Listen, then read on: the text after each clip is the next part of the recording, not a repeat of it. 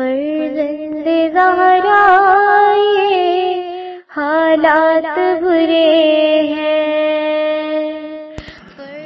کاشانۂ بصیرت ایک ایسا مکمل یوٹیوب چینل جس پر محروم بصارت کے لیے بالخصوص اور تمام افراد کے لیے بالعموم سینکڑوں کی تعداد میں اسلامی کتب دستیاب ہیں۔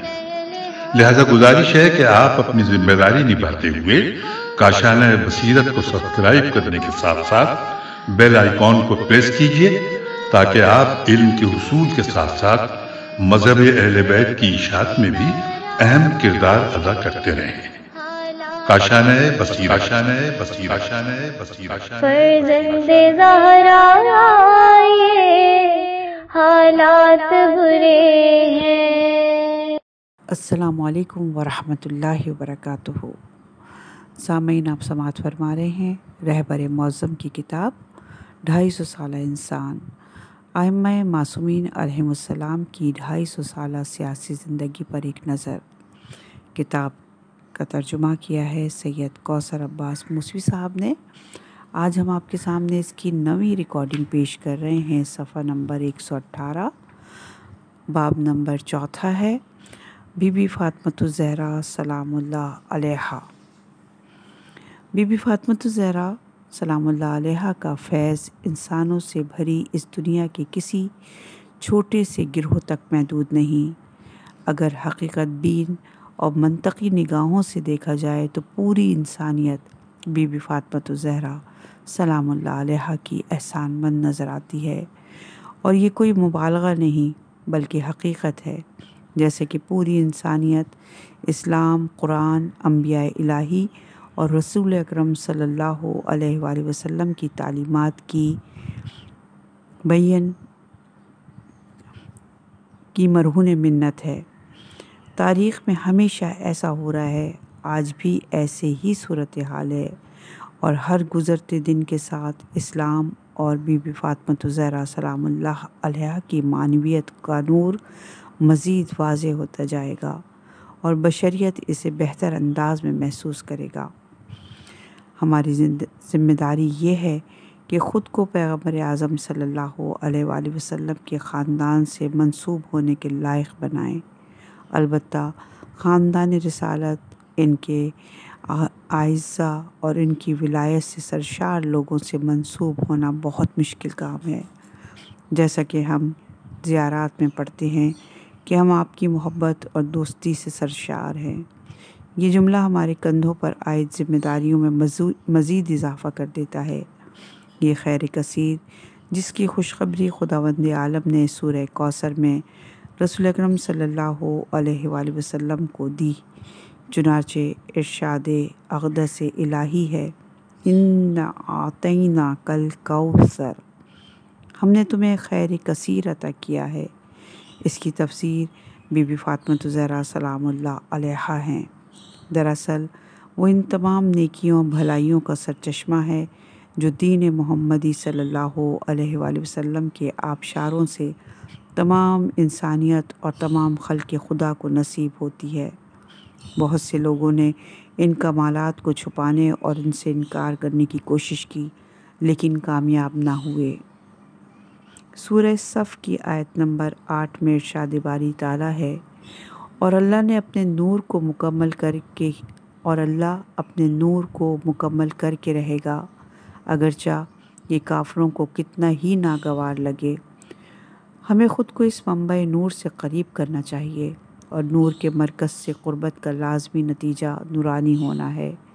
ہمیں صرف محبت کے ذریعے نہیں بلکہ عمل سے بھی نورانی ہونا چاہیے۔ یہ وہ عمل ہے جس کا تقاضا ہماری محبت، ولایت اور ایمان کرتا ہے کہ ہمیں اس عمل کے ذریعے اس خاندان کا حصہ اور ان سے منسوب ہونا چاہیے۔ علی کے گھر کا قمبر بننا آسان کام نہیں، اور سلمان کا اہل بیت محمدی کی منزل تک پہنچنا آسان نہیں۔ یہ حدیث الکافی جلد نمبر 2 صفحہ نمبر 254 پر موجود ہے۔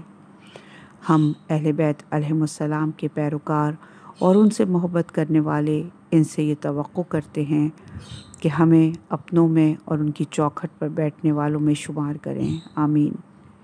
اور وہ کہیں کہ فلاں ہماری درگاہ کے خاک نشینوں میں سے ہے۔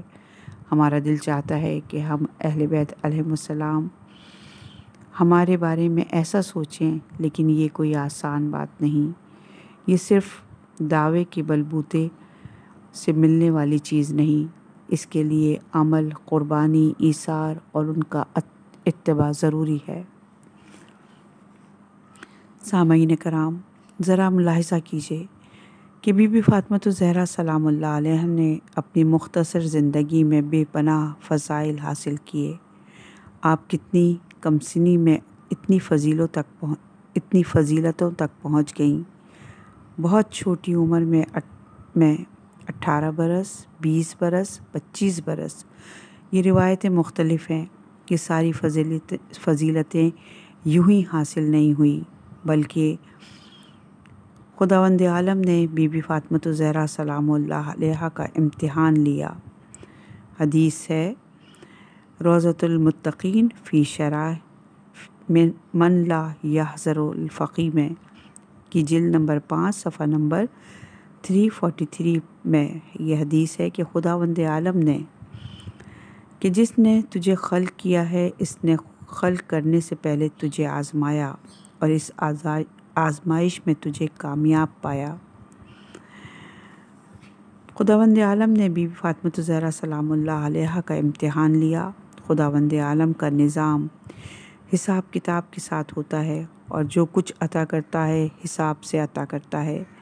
اسے اپنی اس خاص کنیز کی قربانیوں اور معرفت کا بخوبی علم تھا، اس لیے اللہ نے انہیں اپنی بے پناہ فیوزات میں کا سرچشمہ قرار دیا۔ میں نے ایک روایت میں پڑھا ہے کہ بی بی فاطمہ الزہرا سلام اللہ علیہا کے نور کی تابانی سے آسمان کے فرشتوں کی آنکھیں خیرہ ہو جاتی ہیں۔ یہ حدیث بھی بحار الانوار کی جلد نمبر 43 اور صفحہ نمبر 173 پر ہے کہ آپ کا نور آسمان کے ملائکہ کے لیے ایسے چمکتا تھا جیسے ستاروں کی روشنی اہل زمین کے لیے۔ ہم اس چمکتے ہوئے نور سے کیا استفادہ کر سکتے ہیں؟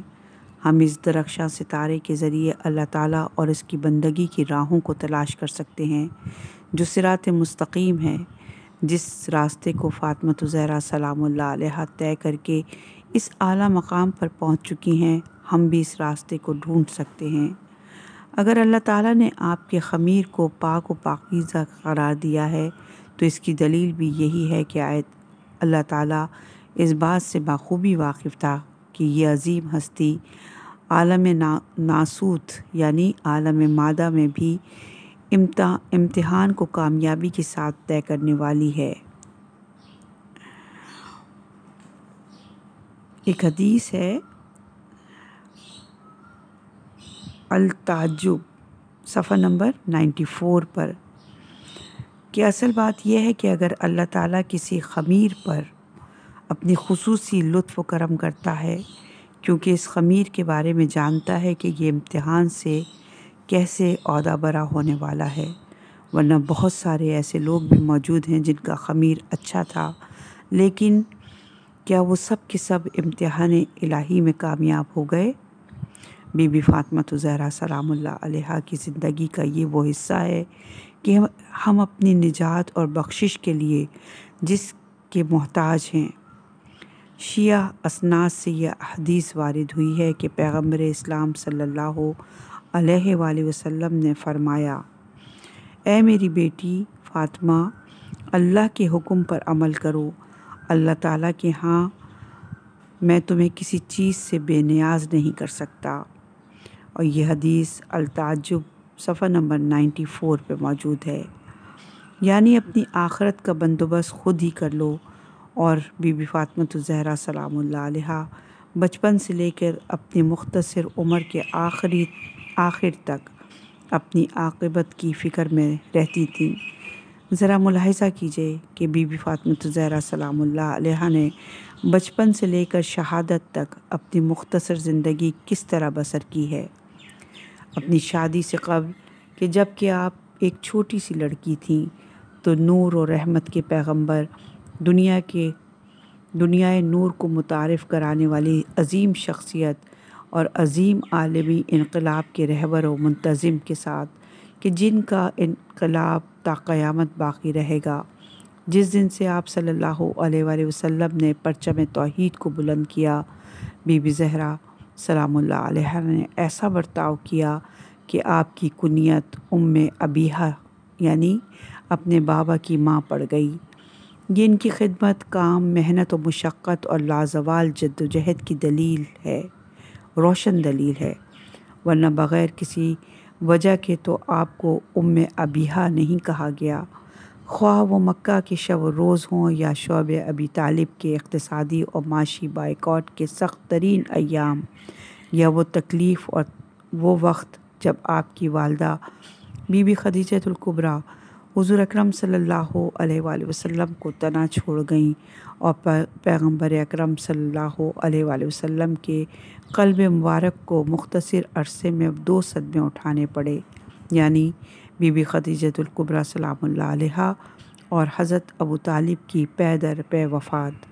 ایسے کڑے اور مشکل وقت میں بی بی فاطمہ الزہرا آگے بڑھی اور اپنے ننھے ہاتھوں سے رسول اکرم صلی اللہ علیہ وآلہ وسلم کے چہرے مبارک پر پڑے ہوئے غم و اندوہ کے گرد و غبار کو صاف کیا اور اپنے بابا کی تسلی کی خاطر کا سبب بنی۔ بی بی فاطمہ الزہرا سلام اللہ علیہا کی جد و جہد یہاں سے شروع ہوئی۔ ذرا غور کیجیے کہ بی بی فاطمہ الزہرا سلام اللہ کی شخصیت اور جد و جہد کا یہ پہلو کتنا تابناک ہے۔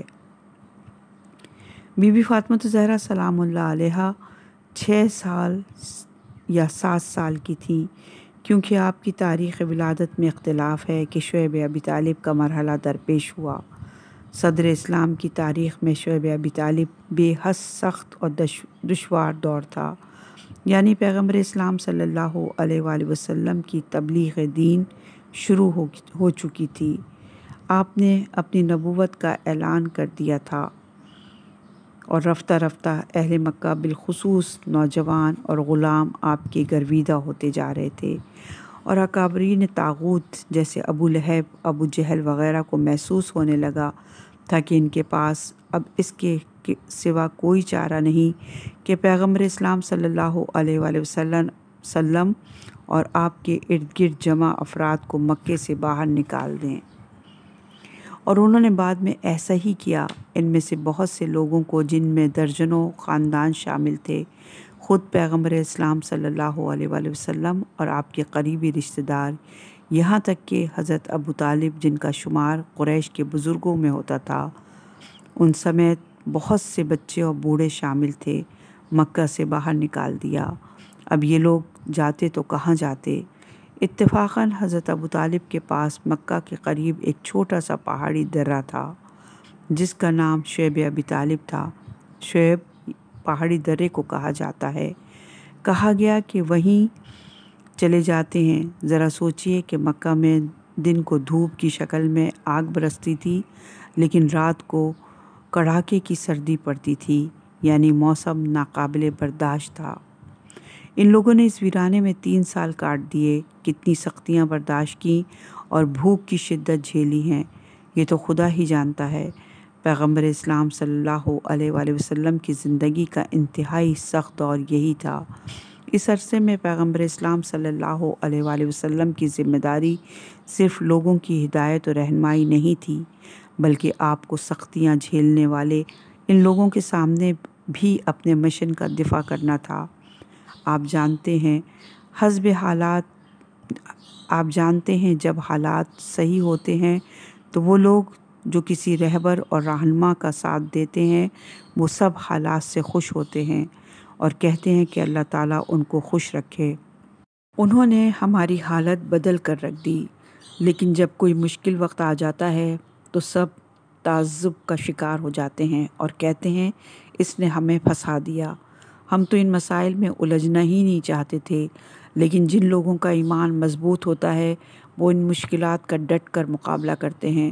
آخرکار ان تمام سختیوں کا بوجھ پیغمبر اسلام صلی اللہ علیہ وآلہ وسلم کے کندھوں پر پڑا، انہی دنوں جب پیغمبر اسلام صلی اللہ علیہ وآلہ وسلم انتہائی سخت حالات سے دوچار تھے، حضرت ابو طالب علیہ السلام جو پیغمبر اسلام صلی اللہ علیہ وآلہ وسلم کے مددگار تھے، ان سے آپ کی امیدیں وابستہ تھیں۔ اسی طرح بی بی خدیجہ الکبریٰ سلام اللہ علیہا جو پیغمبر اسلام صلی اللہ علیہ وآلہ وسلم کی ایک اور بہت بڑی مددگار تھیں۔ ایک ہفتے کے اندر یہ دونوں ہستیاں دنیا سے رخصت ہو گئیں۔ یہ بڑا عجیب سانحہ تھا، یعنی پیغمبر اسلام صلی اللہ علیہ وآلہ وسلم بالکل بے سہارا اور تنہا ہو کر رہ گئے تھے۔ مجھے نہیں معلوم کہ آپ نے کبھی کسی گروہ یا تنظیم کے سربراہ کے طور پر کام کیا ہے کہ نہیں، تاکہ آپ سمجھ سکیں کہ ایک گروہ کی قیادت کرنا مشکل کام ہے۔ ایسے حالات میں واقعاً انسان لاچار ہو جاتا ہے۔ اب آپ ان حالات میں جناب فاطمہ الزہرا سلام اللہ علیہا کے کردار کو دیکھ لیجئے۔ جب انسان تاریخ کا مطالعہ کرتا ہے تو اس قسم کی باتوں کو ادھر ادھر کے کانوں میں دیکھ لیتا ہے۔ افسوس کے ساتھ کہنا پڑتا ہے کہ تاریخ میں اس حوالے سے کوئی الگ باب نہیں کھولا گیا۔ فاطمہ الزہرا سلام اللہ علیہا نے پیغمبر اسلام صلی اللہ علیہ وآلہ وسلم کے لیے ماں، ایک مشیر اور ایک جان نثار کا کردار ادا کیا۔ یہی وجہ تھی کہ بی بی فاطمہ الزہرا سلام اللہ علیہا کے لیے ابیہا یعنی اپنے باپ کی ماں کہا گیا۔ یہ اس وقت کی بات ہے جب آپ 6 یا 7 سال کی ایک بچی تھیں۔ البتہ یہ بات بھی ہے کہ عرب ماحول اور گرم علاقوں میں لڑکیوں کی جسمانی اور ذہنی نشوونما تیزی سے ہوتی ہے۔ اس لحاظ سے آپ آج کی 10-12 سالہ لڑکی کے برابر رہی ہوں گی، تو یہ احساس ذمہ داری اور فرض شناسی ہے۔ کیا ایک نوجوان لڑکی کی یہ بات نمونہ عمل نہیں کہ وہ اپنے گرد و پیش کے مسائل کے بارے میں اتنی جلدی اپنی ذمہ داری کا احساس کرے اور اپنے وجود میں پنہاں جوش و نشاط کے اس خزانے کو بروئے کار لاتے ہوئے باپ کے چہرے سے، جو اس وقت غالباً 50 سال کا ہو چکا ہے اور بڑھاپے کی سمت گامزن ہے، غم و غصے کے غبار کو جھاڑے؟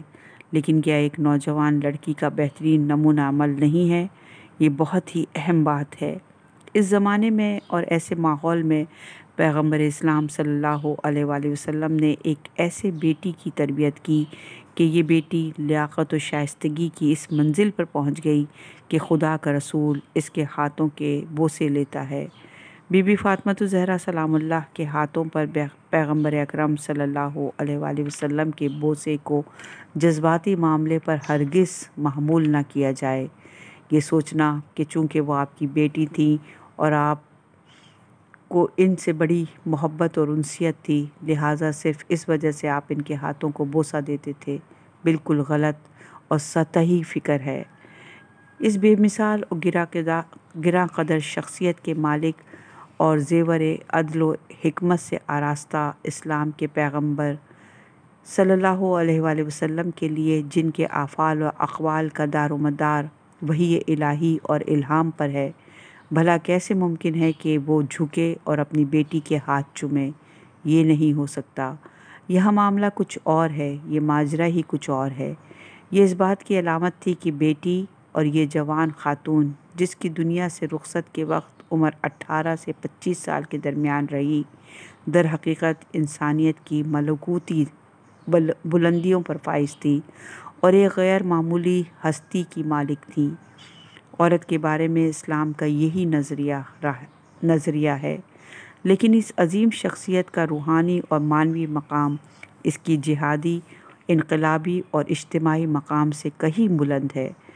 بی بی فاطمہ الزہرا سلام اللہ علیہا ظاہراً ایک عام انسان اور عورت، وہ بھی ایک نوجوان خاتون ہے، لیکن معنوی اعتبار سے ایک عظیم حقیقت، چمکتا ہوا الہی نور، ایک صالح ہستی، ایک ممتاز اور منتخب روزگار انسان ہے۔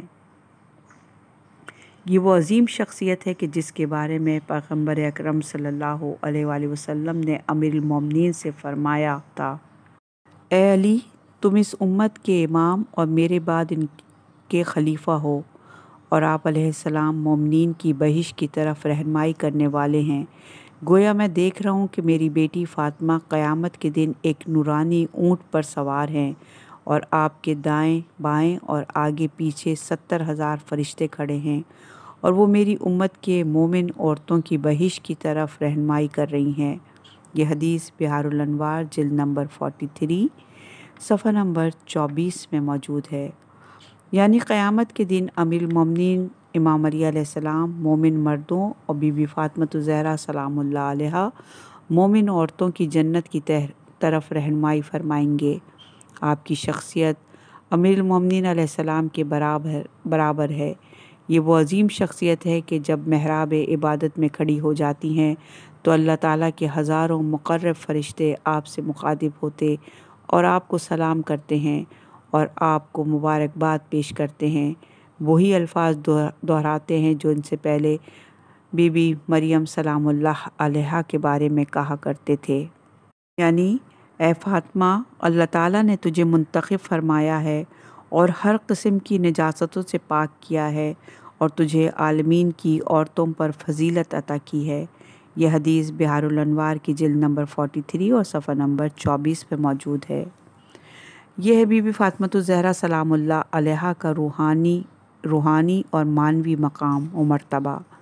ایک عورت اور وہ بھی نوجوانی ہی میں روحانی اور معنوی لحاظ سے اس مقام تک پہنچتی ہے کہ بعض روایتوں کے مطابق اللہ کے مقرب فرشتے آپ سے ہم کلام ہوتے ہیں اور آپ کے سامنے کائنات کے حقائق کو پیش کرتے ہیں۔ اسی لیے تو آپ کو محدثہ کہا جاتا ہے، یعنی وہ شخصیت کہ جس کے ساتھ فرشتے گفتگو کرتے ہیں۔ یہ دنیا کی دوسری تمام عورتوں کے مقابلے میں بی بی فاطمۃ الزہرا سلام اللہ علیہا کا معنوی مقام اور رفعت مکانی ہے۔ بی بی فاطمۃ الزہرا سلام اللہ علیہا کمالات کی اس بلندی پر کھڑی ہو کر دنیا کی ساری خواتین سے مخاطب ہوتی ہیں اور انہیں اس راستے پر چلنے کی دعوت دیتی ہیں۔ تاریخ میں جن لوگوں نے، چاہے ان کا تعلق قدیم جاہلیت سے ہو یا 20ویں صدی کی جدید جاہلیت سے، یہ کوشش کی کہ عورت کی تذلیل اور تحقیر کی جائے اور اسے ظاہری زیب و زینت کا خوگر بنا کر پیش کیا جائے اور اسے لباس کے فیشن، سونے چاندی کا گرویدہ اور میک اپ کا دلدادہ ظاہر کریں اور عورت کو صرف عیش و عشرت کا سامان بنا کر پیش کریں، اور وہ خود عملی طور پر اس طرز کو اپناتے ہیں۔ ان کی بے تکی منطق اور سطحی سوچ بی بی فاطمۃ الزہرا سلام اللہ علیہا کی درخشاں اور سورج کی طرح چمکتی شخصیت کے سامنے برف کی طرح پگھل کر نامود ہو جاتی ہے۔ اسلام بی بی فاطمۃ الزہرا سلام اللہ علیہا جیسی برجستہ اور ملکوتی ہستی کو دنیا کی تمام عورتوں کے لیے نمونہ عمل کی حیثیت سے پیش کرتا ہے۔ ان کی ظاہری زندگی جہاد، علم و دانش، زور بیان، فداکاری، شوہر کی خدمت، ممتا کا کردار، بیوی کی حیثیت، ہجرت اور تمام سیاسی، انتظامی اور انقلابی میدانوں میں کردار ادا کرتے گزری۔ اس جانفشانی سے ایسے حالات کا مقابلہ تو بڑے اور نامور مرد حضرات بھی نہیں کر سکتے ہیں۔ آپ کا یہ معنوی مقام رکوع و سجود، عبادت، دعا، تلاوت، تضرع و زاری، ملکوتی ذات اور معنویت بھری زندگی، پیغمبر اکرم صلی اللہ علیہ وآلہ وسلم اور امیر المومنین کے ہم پایا اور مساوی ہونے کی بہترین دلیل ہے۔ اسلام عورت کو جس مقام کا حامل دیکھنا چاہتا ہے، اس کے لیے حقیقی نمونہ یہی خاتون ہیں جنہیں فاطمۃ الزہرا سلام اللہ علیہا کہا جاتا ہے۔ فاطمۃ الزہرا سلام اللہ علیہا کی زندگی میں ایک خاص نقطہ پایا جاتا ہے جس پر توجہ دینا بہت ضروری ہے۔ اگرچہ ہم اس عظیم شخصیت کے معنوی اور روحانی مقام کی بحث میں پڑنا نہیں چاہتے اور نہ ہی ہمارے اندر فاطمۃ الزہرا سلام اللہ علیہا کے معنوی اور روحانی مقام و منزلت کو سمجھنے کی ہمت ہے، انسانی اقدار کی بلند ترین چوٹی پر فائز اس عظیم شخصیت کی منزلت کو اللہ جانتا ہے یا وہ ہستیاں جانتی ہیں جو مقام و مرتبہ کے لحاظ سے خود اس شخصیت کے برابر ہوں۔ لہٰذا فاطمۃ الزہرا سلام اللہ علیہا کے مقام و مرتبے کو آپ کے والد بزرگوار یا شوہر نامدار یا آپ کی معصوم اولاد ہی سمجھ سکتے ہیں۔ اس زمانے کے لوگ ہوں یا اس کے بعد سے لے کر آج کے لوگ، ان میں بھی اس عظیم الشان روحانی اور معنوی شخصیت کو سمجھنے کی صلاحیت نہیں پائی جاتی ہے۔ آپ کی معنویت کا نور کو ہر کوئی آنکھ بھانپ نہیں سکتی، خصوصاً وہ آنکھیں جو کمزور ہوں اور نزدیک کی چیزوں کو دیکھنے کی عادی ہوں۔ ان میں اس عظیم الشان شخصیت میں موجود اعلیٰ انسانی اقدار کے جلووں کو دیکھنے کی صلاحیت ہی نہیں پائی جاتی ہے۔ لہٰذا ہم فاطمۃ الزہرا سلام اللہ علیہا کے معنوی اور روحانی مقام کو بیان کرنے نہیں جا رہے ہیں، لیکن اس عظیم الشان شخصیت کی عام زندگی میں ایک اہم نقطہ جو پایا جاتا ہے وہ مختلف پہلوؤں کا آپ کی شخصیت میں جمع ہونا۔ ایک مسلمان عورت کی طرح اپنے شوہر کی خدمت، اپنے بچوں کی پرورش، گھر کی ذمہ داریوں کو نبھانے کے ساتھ کبھی نہ تھکنے والے ایک غیور مجاہد کی طرح اہم سیاسی مسائل سے نبرد آزما ہونا، اپنے والد بزرگوار کی رحلت کے بعد مسجد نبوی میں تشریف لا کر خطبہ دینا اور اپنے موقف کا مسلسل دفاع کرنا ہے۔ یہ کردار ہر لحاظ سے ایک جہاد، عظیم الشان جدوجہد، محنت طلب اور مشکلات اور سختیوں کو جھیلنے کا متقاضی ہے۔ تو دوسری طرف آپ کی عبادت، رات کی تاریکی میں محراب عبادت میں کھڑی ہو کر پڑھنے والی نمازیں، اپنے رب سے راز و نیاز اور اللہ تعالیٰ کے حضور آپ کا خشوع اور خضوع بھی اپنی مثال آپ ہے۔ آپ کہنہ مخش اولیاء اللہ کی طرح اپنے رب سے راز و نیاز اور اس کی عبادت کیا کرتی تھیں۔ بی بی فاطمۃ الزہرا سلام اللہ علیہا کی زندگی کا روشن ترین نقطہ یہ ہے کہ آپ کی زندگی میں یہ تینوں پہلو پائے جاتے ہیں کہ آپ نے ان تینوں پہلوؤں کو ایک دوسرے سے الگ نہیں کیا۔ بعض لوگ یہ خیال کرتے ہیں کہ جو شخص عبادت میں مشغول ہو جائے وہ بس ایک عابد، دعا اور ذکر و اذکار کا خوگر ہی ہو سکتا ہے، وہ ایک سیاسی انسان بن نہیں سکتا۔ یا بعض لوگ یہ سمجھتے ہیں کہ جو سیاستدان ہے، چاہے مرد ہو یا عورت، وہ جہاد فی سبیل اللہ کے میدان میں پیش ہے، اور اگر عورت ہے تو پھر ایک گھریلو خاتون ایک بہترین ماں اور ایک بہترین بیوی کا کردار ادا نہیں کر سکتی، اور اگر وہ مرد ہے تو گھریلو مرد کی طرح کام کاج، دکانداری وغیرہ نہیں کر سکتا، کیونکہ ان کا خیال ہے کہ یہ چیزیں ایک دوسرے کی ضد ہیں۔ بلکہ حقیقت یہ ہے کہ اسلام کی نظر میں یہ تینوں پہلو نہ صرف یہ کہ ایک دوسرے کی ضد نہیں، بلکہ یہ ایک انسان کامل کی شخصیت کی تکمیل میں مددگار بھی بن جاتے ہیں۔ بی بی فاطمۃ الزہرا سلام اللہ علیہ کی شخصیت تمام پہلوؤں یعنی سیاسی، اجتماعی اور جہادی اعتبار سے ممتاز اور برجستہ ہیں۔ دنیا بھر کی برسر پیکار اور انقلابی خواتین آپ کی مختصر اور پرمغز زندگی سے درس حاصل کر سکتی ہیں۔ ایک خاتون جس نے انقلاب کے گھرانے میں آنکھ کھولی اور اپنا پورا بچپن ایک ایسے باپ کی آغوش میں گزارا ہو جس کی پوری زندگی ایک ناقابل فراموش اور عظیم الشان جدوجہد سے عبارت تھی، وہ معظمہ جو اپنے بچپن میں مکی دور کی سختیوں کو جھیل چکی ہو، جسے شعیب ابی طالب جانا پڑا ہو، جس نے وہاں بھوک و پیاس کی سختیوں کو برداشت کیا ہو اور مدینہ ہجرت کرنے کے بعد ایک ایسے شخص کی شریک حیات بنی ہو کہ جس کی پوری زندگی جہاد فی سبیل اللہ میں گزری ہو۔ فاطمۃ الزہرا سلام اللہ علیہا اور امیر المومنین امام علی علیہ السلام کی مشترکہ زندگی کے 11 سالوں میں کوئی 1 سال یا 6 مہینے ایسے نہیں گزرے ہوں گے کہ آپ کے شوہر نے جہاد فی سبیل اللہ کے لیے کمر نہ کسا ہو اور میدان جنگ میں نہ گئے ہوں، اور اس عظیم اور فداکار خاتون نے ایک مرد مجاہد اور ایک فوجی کمانڈر کی شریک حیات کی حیثیت سے ان کی شان خدمت نہ کی ہو۔ اگرچہ بی بی فاطمۃ الزہرا سلام اللہ علیہا کی زندگی مختصر تھی، جو تقریباً 20 سال سے زیادہ نہیں تھی، لیکن آپ کی زندگی میں جہاد، مبارزہ، جدوجہد، صبر و استقامت، درس و تدریس، نبوت، امامت اور نظام اسلامی کے دفاع میں تقاریر کا ایک عظیم سمندر پایا جاتا ہے، اور اس کا آخری نتیجہ شہادت کی صورت میں یہ نکلا آخری نتیجہ شہادت کی صورت میں نکلا۔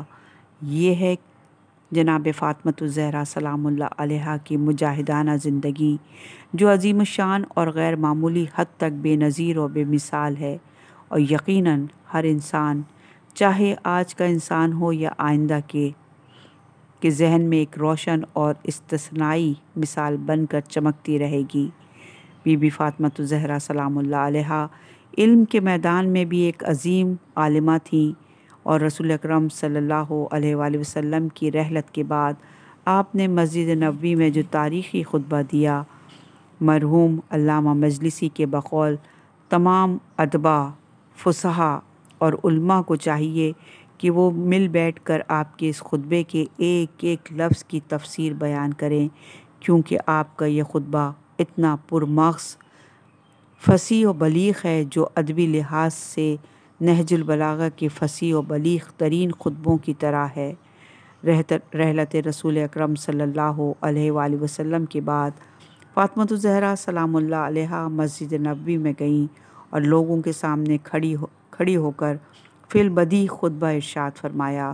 تقریباً 1 گھنٹے تک خوبصورت اور فصیح و بلیغ اور منتخب لفظوں پر مشتمل ایک خطبہ ایک شاہکار ادبی اور اسلامی سرمایہ ہے۔ بنیادی طور پر ہم جیسے لوگ جو مقرر ہیں اور فی البدیہہ تقریریں کرتے ہیں، سمجھ سکتے ہیں کہ آپ کے فرمودات کتنے عظیم ہیں۔ ایک 18، 20 یا زیادہ سے زیادہ 24 سالہ لڑکی، کیونکہ آپ کی تاریخ ولادت میں اختلاف کی وجہ سے آپ کی صحیح عمر معلوم نہیں ہے، وہ اتنی مشکلات اور سختیوں کے باوجود مسجد چلی آئے اور لوگوں کے جمع غفیر کے سامنے پورے اسلامی حجاب میں ملبوس ہو کر ایک ایسا تاریخی خطبہ بیان کرے کہ اس کا ایک ایک لفظ تاریخ میں محفوظ ہو جائے۔ عرب کے لوگ اپنے حافظے کی وجہ سے مشہور تھے۔ وہاں ایک شخص جب کسی محفل میں آ کر 80 مصروں پر مشتمل ایک قصیدہ پڑھتا تو محفل کے اختتام پر 10 لوگ بیٹھ کر اس قصیدے کو لکھتے تھے۔ اس دور کے جو قصائد آج بھی باقی ہیں، وہ غالباً اسی طرح ہی محفوظ رہے ہیں۔ وہ اشعار جو اجتماعی مراکز میں پڑھے جاتے تھے، انہیں محفوظ کیے جاتے تھے۔ معصومین علیہم السلام کی احادیث اسی طرح ہی محفوظ کی گئی ہیں۔ لوگوں نے بیٹھ کر انہیں لکھا ہے اور حفظ کیا ہے، جس کی وجہ سے یہ خطبے آج تک باقی ہیں۔ بیکار اور فضول باتیں تاریخ میں باقی نہیں رہتی۔ آپ سوچیں کہ اب تک طول تاریخ میں کتنی باتیں کی گئی ہوں گی، کتنی تقریریں کی گئی ہوں گی، کتنے مطالب بیان کیے گئے ہوں گے اور کتنے اشعار کہے گئے ہوں گے، لیکن سب باقی نہیں رہے۔ اور اگر کسی کو ان سے کوئی دلچسپی نہیں، لیکن جس چیز کو تاریخ نے اپنے سینے میں محفوظ کیا ہے، وہ 1400 سال گزرنے کے بعد بھی آج بھی جو شخص اسے دیکھتا ہے وہ اپنے دل میں اس کی عظمت کا احساس کرتا ہے۔ یہ خود ان کی رفعت کی علامت ہے۔ میری نظر میں یہ چیز ایک نوجوان لڑکی کے لیے نمونہ عمل ہے۔ بی بی فاطمۃ الزہرا سلام اللہ علیہا کی زندگی کا ہر پہلو اعلیٰ انسانی اقدار کی تلاش اور جستجو سے عبارت ہے۔ آپ کی شوہر نامدار مسلسل محاذ جنگ کو سنبھالے ہوئے ہیں، لیکن ان تمام تر مشکلات کے باوجود آپ کا گھر تمام مسلمانوں کے لیے ایک اکیڈمی کی حیثیت رکھتا ہے۔ آپ پیغمبر اسلام صلی اللہ علیہ وآلہ وسلم کی مشکل کشا بیٹی تھیں۔ آپ نے ان مشکل حالات میں بھی کمال سرفرازی کے ساتھ زندگی گزاری ہے۔ آپ نے حسنین علیہم السلام اور بی بی زینب سلام اللہ علیہا جیسی اولاد کی تربیت کی، امام علی علیہ السلام جیسے شوہر کا خیال رکھا اور پیغمبر اسلام صلی اللہ علیہ وآلہ وسلم جیسے باپ کی خوشنودی کو بھی ملحوظ رکھا۔ اور جب فتوحات کا سلسلہ شروع ہوا اور مال غنیمت کے دروازے کھل گئے تو پیغمبر اسلام صلی اللہ علیہ وآلہ وسلم کی اس بیٹی نے دنیاوی لذتوں، عیش و عشرت اور اس قسم کی چیزوں کی طرف جن کی عام طور پر جوان لڑکیاں اور عورتیں گرویدہ ہوتی ہیں، کبھی بھی توجہ نہیں کی۔ بی بی فاطمۃ الزہرا سلام اللہ علیہا کی عبادت بھی ایک نمونہ ہے۔ حسن بصری، جس کا شمار عالم اسلام کے ممتاز عابدوں اور زاہدوں میں ہوتا ہے، کہتے ہیں کہ پیغمبر اسلام صلی اللہ علیہ وآلہ وسلم کی بیٹی اتنی عبادت کیا کرتی اور محراب عبادت میں کھڑی رہتی تھیں کہ محراب عبادت میں زیادہ دیر کھڑی رہنے کی وجہ سے آپ کے پاؤں میں بھرم آ گیا تھا۔ یہ حدیث مناقب ابن شہر آشوب جلد نمبر 3 صفحہ نمبر 341 پہ موجود ہے۔ امام حسن علیہ السلام فرماتے ہیں کہ ایک رات شب جمعہ میری مادر گرامی عبادت میں مشغول ہو گئیں اور صبح تک عبادت کرتی رہیں، یہاں تک کہ سفیدہ سحری نمودار ہو گئی۔ روایت کے مطابق امام حسن علیہ السلام فرماتے ہیں، میں پوری رات سنتا رہا، میری والدہ تمام مومنین و مومنات مسلمانوں اور دنیا اسلام کے عمومی مسائل کے حل کے لیے دعا کرتی رہیں، اور جب صبح ہوئی تو میں نے عرض کیا، مادر گرامی پوری رات جس طرح دوسروں کے لیے دعا کرتی رہیں اسی طرح اپنے لیے دعا کیوں نہیں کی؟ آپ نے فرمایا، بیٹے، پڑوسی پھر گھر، یعنی پہلے دوسروں کا خیال ضروری ہے پھر اپنے لیے، یہ ہے آپ کی اعلیٰ سوچ۔ یہ حدیث بہار الانوار کی جلد نمبر 43 اور صفحہ نمبر 81 اور 82 پر موجود ہے۔ زندگی کے تمام شعبوں میں اس عظیم خاتون کا جہاد ایک نمونہ اور رول ماڈل کی حیثیت رکھتا ہے، چاہے آپ کا جہاد اسلام کے دفاع میں ہو یا امامت اور ولایت کے دفاع میں، یا پیغمبر اسلام صلی اللہ علیہ وآلہ وسلم کی حمایت میں ہو، یا اپنے شوہر اور افواج اسلامی کے علمبردار علی ابن ابی طالب کی دیکھ بھال کے سلسلے میں۔ یہی وجہ ہے کہ امیر المومنین علیہ السلام جناب فاطمۃ الزہرا سلام اللہ علیہا کے بارے میں فرماتے تھے کہ پوری ازواجی زندگی کے دوران فاطمۃ الزہرا سلام اللہ علیہا نے ایک مرتبہ بھی مجھے ناراض نہیں کیا اور نہ کبھی میرے حکم کی نافرمانی کی۔ بی بی فاطمۃ الزہرا سلام اللہ علیہا اپنی تمام تر عظمت اور بزرگی کے باوجود اپنی گھریلو زندگی کو ایک بیوی اور شریک حیات کی حیثیت سے اس طرح گزارا جیسے اسلام کا حکم ہے۔ آپ کی عبادت، فصاحت و بلاغت، علم و فراست، معرفت و حکمت، جہاد و جدوجہد، ایک لڑکی کی حیثیت سے آپ کا کردار، ایک بیوی کی حیثیت سے آپ کا طرز زندگی، ایک ماں کی حیثیت سے آپ کا کردار، غریبوں اور مسکینوں پر آپ کا احسان ایک مسلمان عورت کے لیے مکمل نمونہ عمل ہے۔ پیغمبر اسلام صلی اللہ علیہ وآلہ وسلم نے ایک ضعیف العمر غریب شخص کو یہ کہہ کر امیر المومنین کے دروازے پر بھیجا کہ جا کر اس در سے مانگو، اور جب وہ ضعیف شخص امیر المومنین علیہ السلام کے دروازے پر آیا تو آپ علیہ السلام کے گھر میں اسے دینے کے لیے کچھ نہ تھا۔ بی بی فاطمۃ الزہرا سلام اللہ علیہا نے ایک کھال جس پر امام حسن اور امام حسین علیہ السلام سو جایا کرتے تھے اٹھا کر اس شخص کو دی اور کہا، جاؤ اس کو فروخت کر کے اپنی ضرورت پوری کرو۔ یہ ہے جناب فاطمۃ الزہرا سلام اللہ علیہا کی ہمہ گیر شخصیت، جو سراپا رول ماڈل ہے۔ ایک مسلمان عورت کو ہمیشہ علم و فراست کی جستجو میں رہنا چاہیے اور اپنی روحانی اور اخلاقی حوالے سے خود سازی میں کوشاں رہنا چاہیے۔ اسے ہر قسم کے میدان جہاد میں آگے ہونا چاہیے۔ دنیا کی کشش، بے قیمت پرتکلف چیزوں سے لاپرواہی برتنی چاہیے۔ عصمت و طہارت کے اس درجے پر فائز ہونا چاہیے کہ کوئی شخص اسے بری نظروں سے دیکھنے کی جرت نہ کر سکے۔